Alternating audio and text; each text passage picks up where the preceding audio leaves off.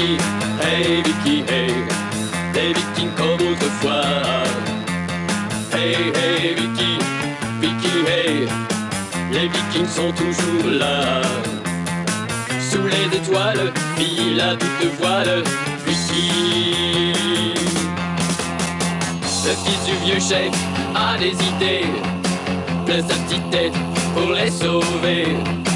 Des loups, des méchants, des pires dangers, où les blancs leur témérité. Hey, hey, Vicky, hey, Vicky, hey, les Vikings venus du Nord. Hey, hey, Vicky, Vicky, hey, sur les mers chasse le trésor. Sous les étoiles, file à toute voile, Vicky, hey.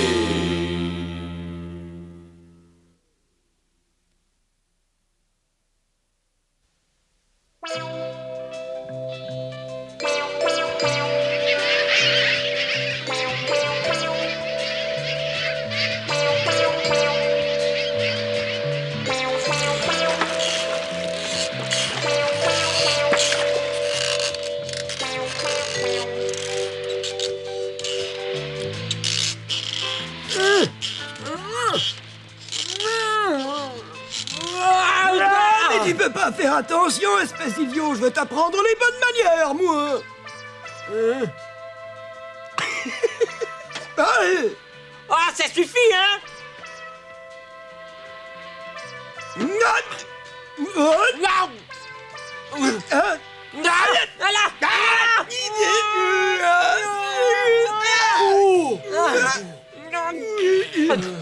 Nos pirates ne sont guère brillants, n'est-ce pas?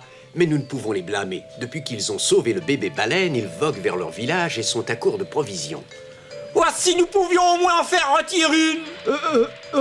Ah oui, c'est fou ce que j'ai faim.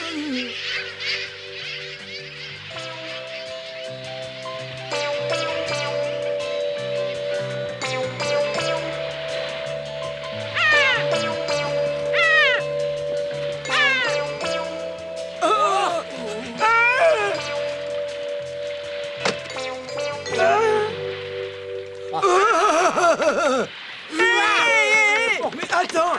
Non, Espèce d'égoïste! Je l'ai vu le premier, si je vais la voir! Mais Donnez-moi! qu'est-ce qui leur arrive encore? Oh! J'ai faim! Hé! Qu'est-ce qu'il y a? Donne! Oh! Donne! Mais... Donne-la-moi! J'ai faim! Laissez-moi! Laissez-nous rendre cette mouette, Vicky! Il n'en est pas question! Vous n'avez pas honte de terroriser ce pauvre petit oiseau? Vous êtes une bande de vilains! Ah, tu vas nous rendre cette mouette, Vicky, j'en ferai des petits pâtés, il y en aura pour tout le monde. Oh, nous la mouette, Vicky, tu te rends pas compte, mais nous mourrons de faim! Aérons-la nous, on le dit à ton père! Que se passe-t-il ici? Oh! Qu'est-ce que c'est que tout ce bruit? Pourquoi cette dispute?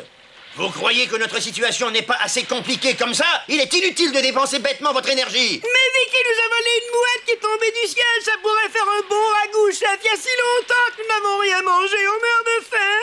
Bande d'ingrats que vous êtes! Avez-vous oublié que les mouettes sont nos oiseaux pilotes? Que sans elles, nous nous serions plus d'une fois perdus? Toi au moins t'es gentil et humain, papa! Un véritable viking ne doit pas jouer uniquement sur sa force. Alvar et Vicky soignèrent l'aile brisée de la mouette qu'ils baptisèrent Karl. Alvar surtout fit tout ce qu'il pouvait pour Karl. Il lui donna même son casque pour lui servir de nid. Et ils devinrent inséparables.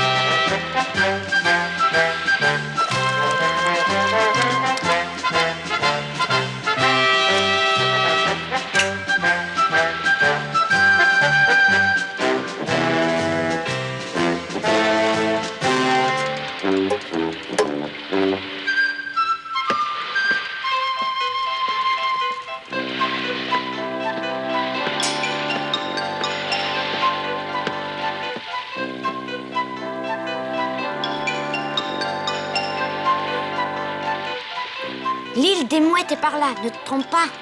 Rentre bien, Karl. Ne heurte pas un autre mât. Au revoir, Karl. Au revoir, Karl, à bientôt peut-être. Fais bien attention à toi. Au revoir.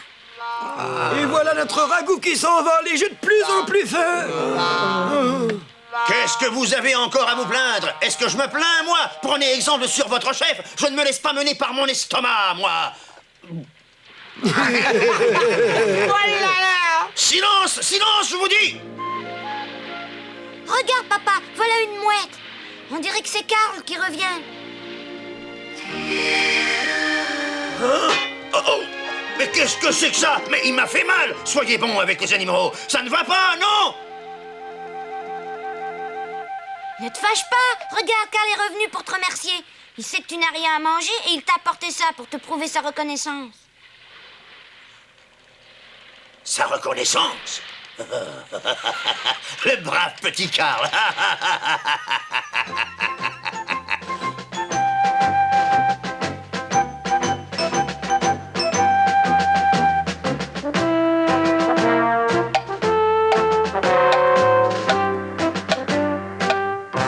Est-il vrai que tu n'as rien rapporté à la maison? Je ne comprends pas et je veux savoir pourquoi tu rentres bredouille de cette expédition. Eh bien... nous parlerons de cela plus tard, quand nous aurons mangé et passé une bonne nuit. C'est vrai, nous ne pouvons rien raconter l'estomac vide. Pas question, nous étions inquiètes et nous voulons savoir. Nous ne vous servirons rien à boire ni à manger tant que nous ne saurons pas ce qui s'est passé. Je t'écoute, Alvar. Très bien, Ylva. Le Groenland est une terre de glace. Ce ne sont pas des excuses que nous vous demandons. Nous voulons savoir pourquoi vous ne rapportez rien. Elles ont raison. Comment des vikings tels que vous rentrent-ils sans le moindre cadeau pour leurs femmes? Oh! Vous devriez avoir honte. Vous n'avez aucun sens de l'honneur. Vous n'aurez qu'à manger ça, car nous allons remporter toutes nos bonnes choses. Venez, mesdames, la fête est annulée.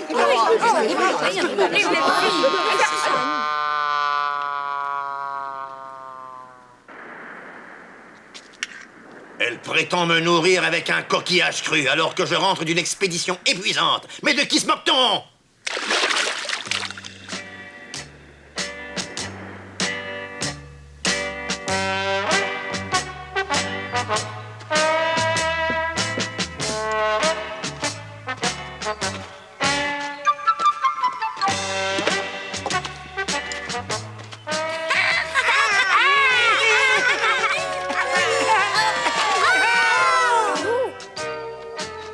Bonjour mes enfants, vous êtes sages, j'espère. Qu'est-ce que vous avez à rire comme ça, hein? Qu'est-ce qu'il y a de si drôle dans ce que je vous ai dit? Comment osez-vous rire de votre chef? Lorsque je vous fais l'honneur de vous adresser la parole, vous devez répondre avec respect.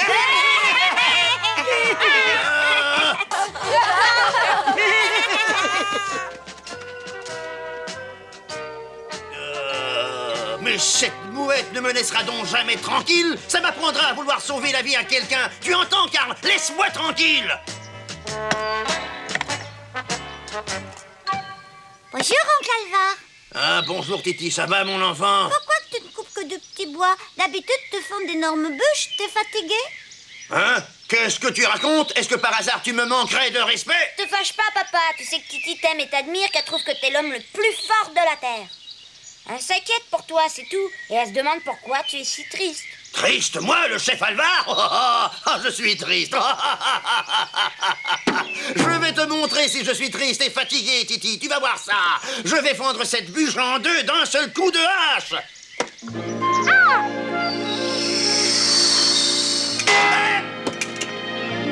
Qu'est-ce que c'est encore que ça? Ah bah, je vais aller dire à tout le monde que tu sais plus fendre le bois.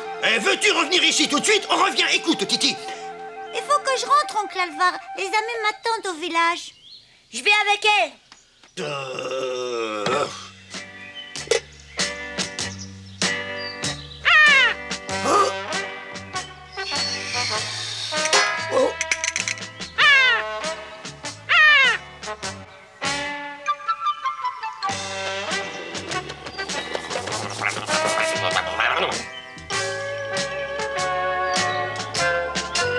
S'il te plaît, Karl, je t'en prie, je t'en supplie, je ne veux plus que tu me suives partout comme ça. Je suis heureux que tu m'aimes, mais tu mets mon autorité en danger. Tout le monde se moque de moi, même les enfants ne me respectent plus. Personne ne me considère plus comme le chef des Vikings. Alors je t'en prie encore une fois, cesse de me suivre, laisse-moi tranquille.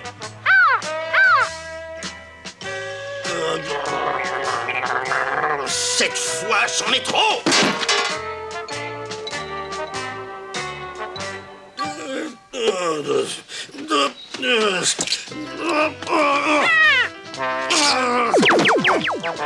Attends un peu que je t'attrape, sale bête. Je vais te tordre le cou.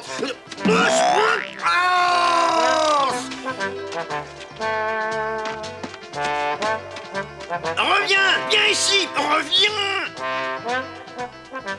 Merci. Et tout ça parce que j'ai été gentil avec toi, ça m'apprendra. Viens ici que je te torde le cou. Oh, mais on dirait que c'est papa qui crie comme ça. Je crois qu'il est en colère après Karl. J'ai entendu qu'il voulait lui tordre le cou. Merci.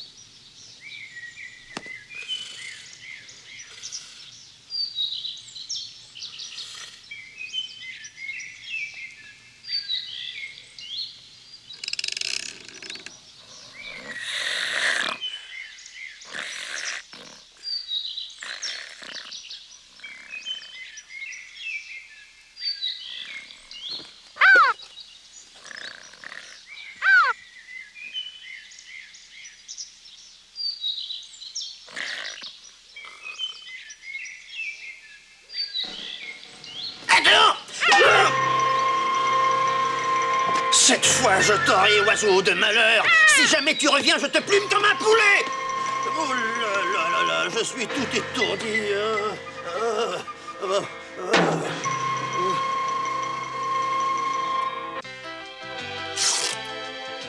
Je vais t'arranger ça, papa. Je vais te faire un pansement. Ça ira mieux après. Moi qui n'ai jamais eu mal à la tête de ma vie, c'est la faute de Karl. Tu vas voir, avec ça, ta bosse va disparaître et tu ne sentiras plus rien. C'est un baume secret. Secret, c'est bien le mot. Et il faut que ce secret reste entre nous deux. Que personne ne sache jamais que je me suis assommé moi-même, Vicky. Surtout ta mère. Elle est déjà de si mauvaise humeur depuis que nous sommes rentrés du Groenland, la cale vide. Ah, voilà, dans quelques jours, ce sera guéri. Et tu peux avoir confiance en moi. Personne ne saura rien. Ça ne suffit pas, il faudrait trouver un moyen de me débarrasser de Karl. Toi qui es si intelligent, Vicky, tu devrais essayer d'avoir une bonne idée, car cet oiseau m'a fait perdre toute autorité. Je vais aller réfléchir, papa. Réfléchis vite. De quoi j'ai l'air, hein? Oh, il va. Tu es là? Qu'est-ce que tu fais à la maison à cette heure-ci? Tu n'as rien à faire, Alvar? Si tu n'as rien à faire, je vais te trouver du travail, moi. Tu n'as pas honte, paresseux? Oh, les femmes, ça ne comprend rien. Je me tue à tenir ma maison, à faire la cuisine pour un paresseux? Silence! Je suis encore le chef! Et je ne permets pas qu'on me parle sur ce ton. Je préfère m'en aller. Quel mauvais caractère. Vicky! J'arrive! Vicky! Oh, et viens avec moi, mon garçon. Nous avons à parler. Je viens tout de suite, papa. Mais tu ne m'as pas laissé assez de temps. Tu réfléchiras dans la forêt. N'oublie pas qu'il n'y a pas de temps à perdre. J'arrive, le temps de prendre mon casque. Je suis prêt, en route. Mais où vont-ils comme ça? N'entraîne pas Vicky à faire des bêtises, surtout. Il y a du bois à fendre et plusieurs choses à réparer dans la maison. Tâche de te rendre utile si tu es incapable de rapporter un butin Silence, convenable femme, comme un j'en ai bon par-dessus Viking. le casque de tes criailleries. Il faut que je retrouve mon autorité, ça ne peut plus durer, ça. Tu vas m'aider, hein?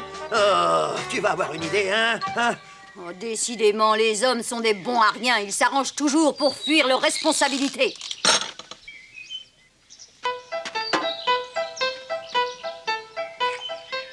Si tu mets de la résine sur mon casque, je ne pourrai plus m'en servir, Vicky. Mais il faut que j'en mette beaucoup si tu veux que Karl s'y colle les pattes.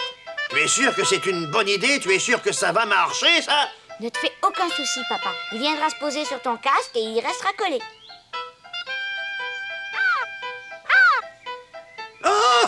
Le voilà qui arrive, regarde, Vicky. Dis, tu vas pas le tuer, hein, papa, quand tu l'auras attrapé. Bien sûr que non. Regarde, il arrive. Nous allons voir si ton piège va fonctionner. Tu ne le tueras pas? Non, c'est promis. D'accord. Je vais mettre mon casque. Ah!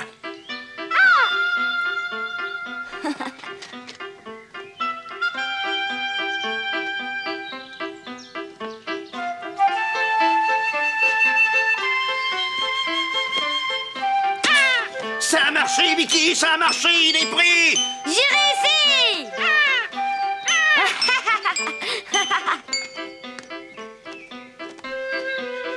Ah! Ah!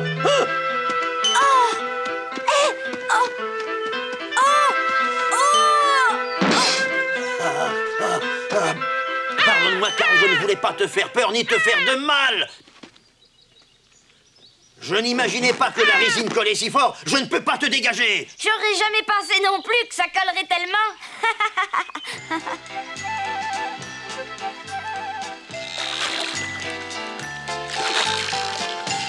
On t'a finalement rendu ta liberté, hein, Karl? Je vais te mettre un ruban autour du cou. Comme ça, quand tu nous survoleras, nous serons certains que c'est toi.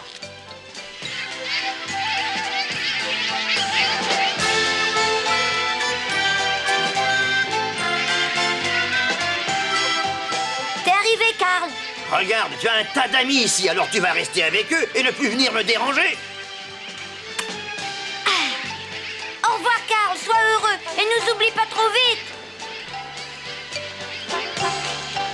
Je crois que nous avons fait ce qu'il fallait.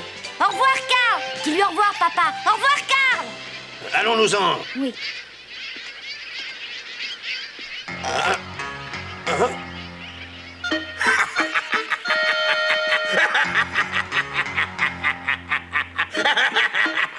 Cette fois, tu ne m'échapperas pas, Alvar. Où as-tu caché tes trésors? Allez, réponds quand mon maître te parle. Dis-lui où tu as caché les trésors que tu rapportais. Oh, mais combien de fois faudra-t-il que je le répète? Je n'ai rien rapporté du tout. C'est pas un mensonge, monsieur Sven. Mon papa vous a dit la vérité. Ne te mêle pas de ça, petit. Tu ne t'en tireras pas avec des mensonges, Alvar. Et si tu ne révèles pas où sont tes trésors, tu paieras ton silence de ta vie. Oh.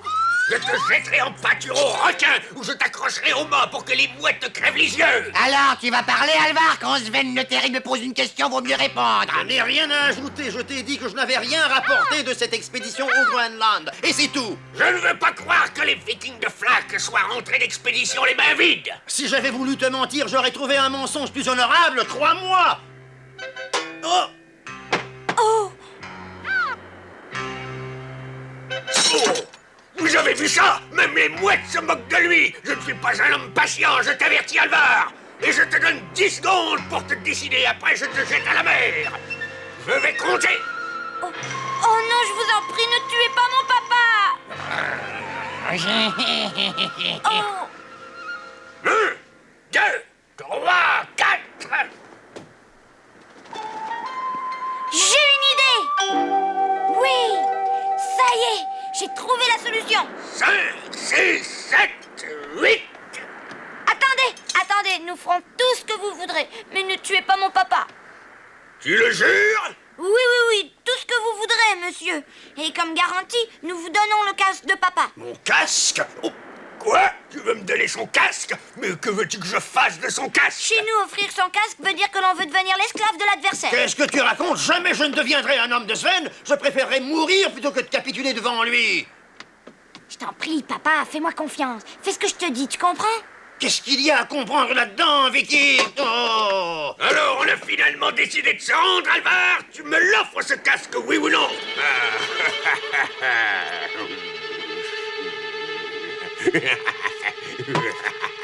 Est-ce qu'il me va bien? Il te coiffe merveilleusement, maître. Et si c'était possible, il te ferait paraître plus terrible encore.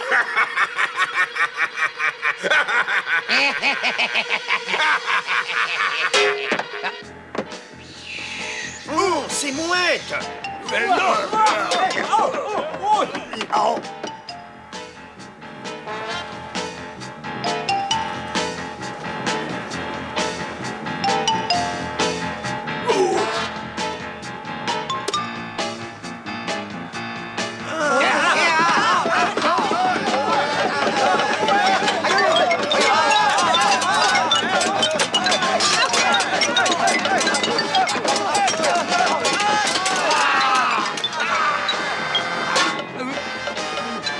C'est une idée de génie que tu as eue là, Vicky.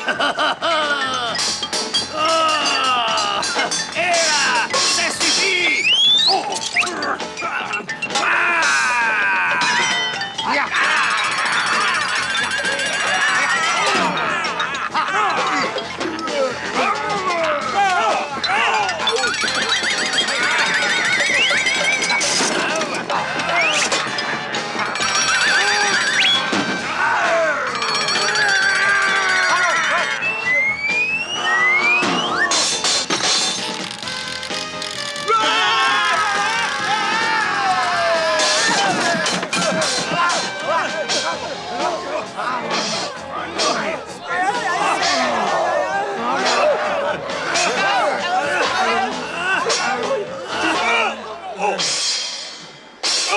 Ça suffit, papa. Je crois que nous avons gagné. Tu les as tous endormis à coups de bouclier.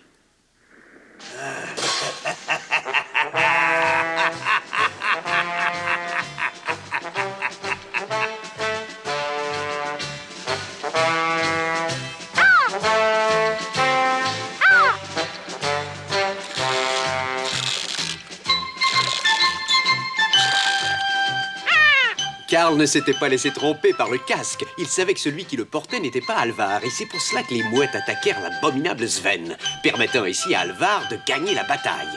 Personne ne se moquera plus d'Alvar au village, et Karl sera toujours considéré comme le meilleur des amis.